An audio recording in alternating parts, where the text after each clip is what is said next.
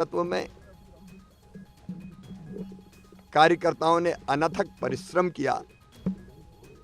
प्रदेश अध्यक्ष, संगठन महामंत्री, उनके साथ टीम जुटी रही और जैसा भूपेंद्र यादव जी ने, शिव प्रकाश जी ने, अश्विनी वैष्णव जी ने जो मार्गदर्शन किया, उससे चुनाव के अभियान को सही गति और दिशा मिली। और इसलिए मैंने पहले भी कहा था, हम बिल्कुल कंफर्टेबल मेजॉरिटी, शानदार मेजॉरिटी भारतीय जनता पार्टी को आएगी, क्योंकि जनता का प्रेम हर कहीं दिखाई देता था। लाडली बहना ने सभी कांटे निकाल दिए, आप कह चुके थे पहले भी, अभी भी आप। मैंने पहले भी कहा कि केवल लाडली बहना नहीं, लाडली लक्ष्मी, 50% रिजर्वेशन स्थानीय निकाय के चुनाव में, कन्या विवाह, प्रधानमंत्री जी की जो योजना थी प्रधानमंत्री मातृ वंदना योजना, उसका ढंग से क्रियान्वयन, उसका प्रभाव, बेटी बचाओ बेटी पढ़ाओ जैसे अभियान, संपत्ति की खरीद में बहनों को रजिस्ट्री शुल्क में कमी, फिर 35% भर्तियां, ओवरऑल रिजर्वेशन दिया है बेटियों को, बहनों को, और फिर लाडली बहना ने जिंदगी बदली। तो बहनों के मन में एक असीम प्रेम, एक असीम विश्वास पैदा हुआ। अब हम विस्तार से, अभी तो प्रारंभिक रुझान है, लेकिन हमारा विश्वास है कि हम शानदार बहुमत प्राप्त करेंगे। बाकी चर्चा फिर विस्तार से बात करेंगे।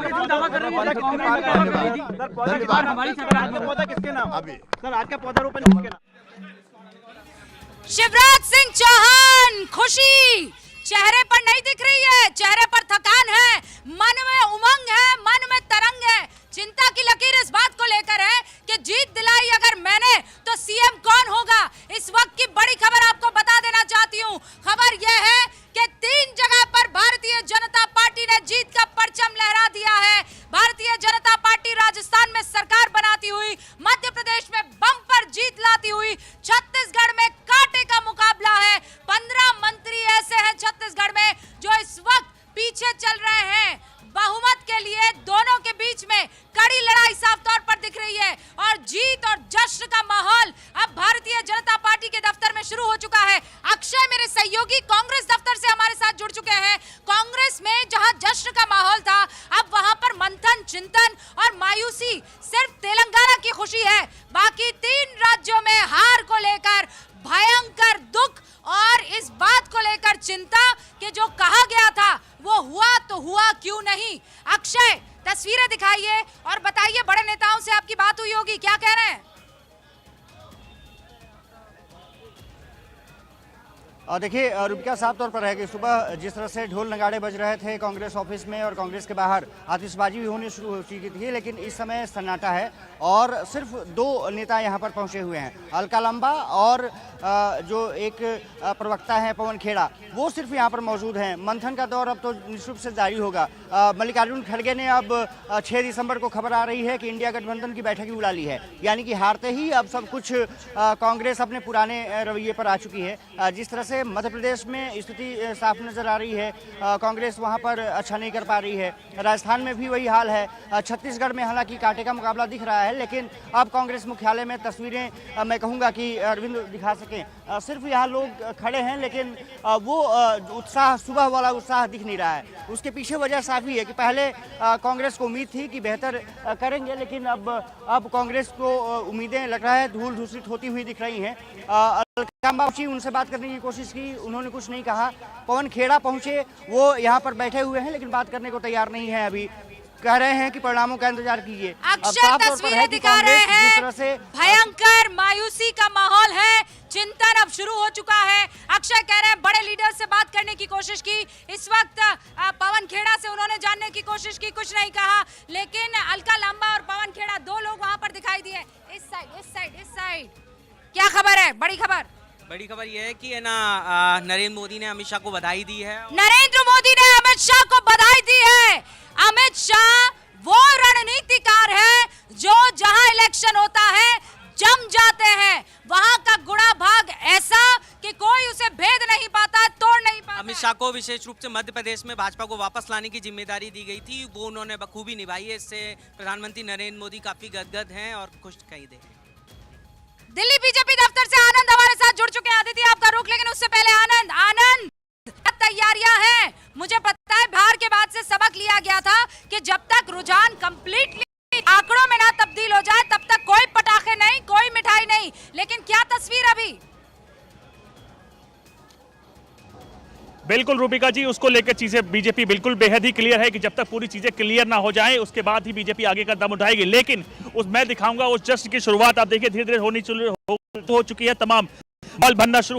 शाम को प्रधानमंत्री नरेंद्र मोदी खुद बीजेपी मुख्यालय में आएंगे, उसको लेकर तैयारियां आप देख रहे हैं शुरू हो चुकी है। दरअसल प्रधानमंत्री जब आएंगे उनके साथ अमित शाह और बीजेपी अध्यक्ष जेपी नड्डा भी रहेंगे, तो उसको लेकर तमाम सेफ्टी और सिक्योरिटी को देखते हुए आप देखिए इंतजाम किए जा रहे हैं। और शाम को ये पूरा जश्न में डूब जाएगा। लगभग 5 बजे से जश्न शुरू होगा, 6 बजे के लगभग प्रधानमंत्री खुद आएंगे, उनके साथ तमाम बड़े नेता होंगे।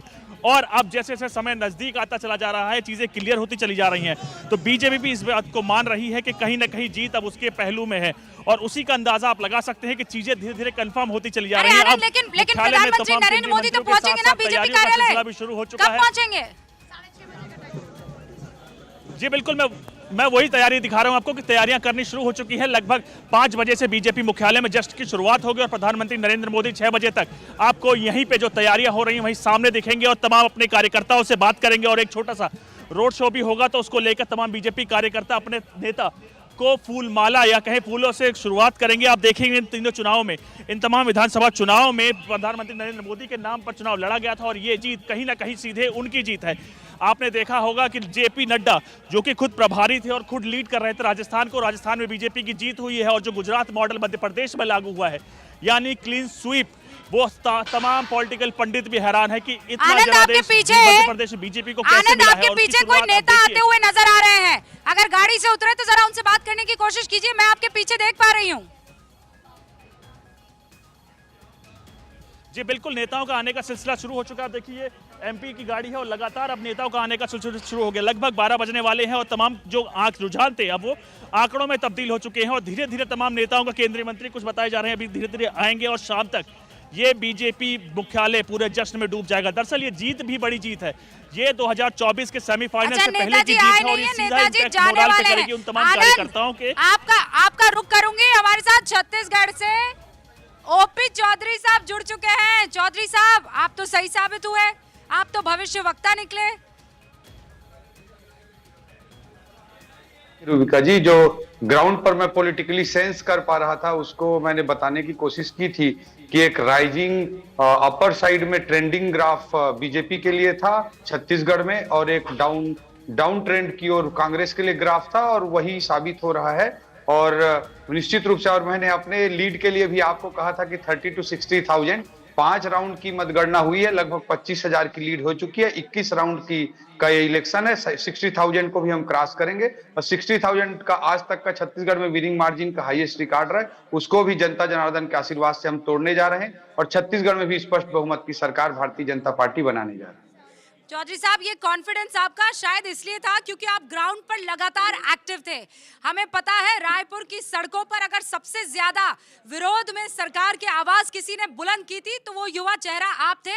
और ये कहने में मुझे कोई दो राय नहीं है क्योंकि तस्वीरें एकदम क्लियरली दिखाई दे रही थी और यही वजह है कि आपको उस हाई प्रोफाइल सीट से टिकट भी बीजेपी ने दिया है। अब सवाल ये है कि क्या हम, अगर आपकी सरकार बन जाती है तो आपको उस कुर्सी पर देखेंगे जहां से सरकार चलाई जाती है? भारतीय जनता पार्टी में जो कुछ भी निर्णय होता है हमारा पार्लियामेंट्री बोर्ड तय करता है और मैं मानता हूं कि हमारे छत्तीसगढ़ में बहुत सारे सीनियर नेता हैं, बहुत सारे नेता हैं। आदरणीय रमन सिंह जी हैं, बृजमोहन अग्रवाल जी हैं, अजय चंद्राकर जी हैं, जैसे बड़े बड़े, धर्मलाल कौशिक जी हैं, बड़े बड़े दिग्गज नेता हैं। तो मुझे लगता है कि अभी मैं नहीं चौधरी साहब, आई अंडरस्टैंड, आप कह रहे हैं मैं युवा हूं, मैं कार्यकर्ता की तरह काम करूंगा, लेकिन टेल मी द ट्रूथ, अगर आपको ये जिम्मेदारी सौंपी जाती है तो इसके लिए तैयार हैं आप? नहीं, भारतीय जनता पार्टी में कोई कल्चर ही नहीं है रूबिका जी कि कोई किसी पद की दावेदारी करे या कुछ करे। भारतीय जनता पार्टी को जनता जनार्दन ने आशीर्वाद दिया है और हमारा पार्टी, हमारा संगठन, मेरा जो भी दायित्व तय करेगा उसको मैं ईमानदारी से निभाने का प्रयास करूंगा। फिलहाल मैं कार्यकर्ता के रूप में कार्य कर रहा हूँ, बहुत जूनियर कार्यकर्ता हूं। बस्तर की सारी सीटें, चाहे वो दंतेवाड़ा हो, चाहे वो जगदलपुर हो, चाहे वो बस्तर हो, दस्तर हो, वहां सब जगह पर बीजेपी के उम्मीदवार आगे नजर आ रहे हैं। जी, सरगुजा क्षेत्र हो या बस्तर क्षेत्र हो, वहां पे एक तरफा भारतीय जनता पार्टी को समर्थन मिल रहा है, क्योंकि उस क्षेत्र के लिए जिस तरह के विकास कार्य भारतीय जनता पार्टी ने किए थे, चाहे वहां एजुकेशन के बड़े बड़े काम हो, उस क्षेत्र को नई ऊंचाई पर ले जाने का काम हो, और इस तरह के काम, आदिवासी भाइयों के शोषण का सबसे बड़ा जो माध्यम था वो नमक हुआ करता था, भूखमरी से वहां पे मौतें हुआ करती थी, पसिया पी करके लोगों को जिंदा रहना पड़ता था, वहां पर पीडीएस पहुंचाया, पीडीएस के माध्यम से निःशुल्क नमक पहुंचा करके शोषण को, सबसे बड़े शोषण के माध्यम को समाप्त किया था और हर घर तक चावल पहुंचा था। इस तरह के अंत्योदयी कार्य भारतीय जनता पार्टी ने की सरकार ने किए थे। कांग्रेस को जनता ने अवसर दिया था, लेकिन वो पूरे झूठ के पुलिंदे बांधते रहे, माफिया राज चलाते रहे और छत्तीसगढ़ को कांग्रेस का और गांधी परिवार का एटीएम बना दिया था। उसका जवाब छत्तीसगढ़ की जनता दे रही है। चौधरी साहब, इसका क्रेडिट आप किसको देंगे? जनता को देंगे, निश्चित रूप से मोदी को देंगे, या बघेल साहब के एंटी इनकम्बेंसी को देंगे? जी, भारतीय जनता पार्टी के कार्यकर्ता जमीन पर उतर करके लड़ा है और हमारे केंद्रीय नेतृत्व का लगातार सपोर्ट और मार्गदर्शन मिला है। तो दोनों के एक बेहतरीन कॉम्बिनेशन से इस अत्याचारी और माफिया राज वाली सरकार को छत्तीसगढ़ की जनता जनार्दन उखाड़ कर फेंकने जा रही है।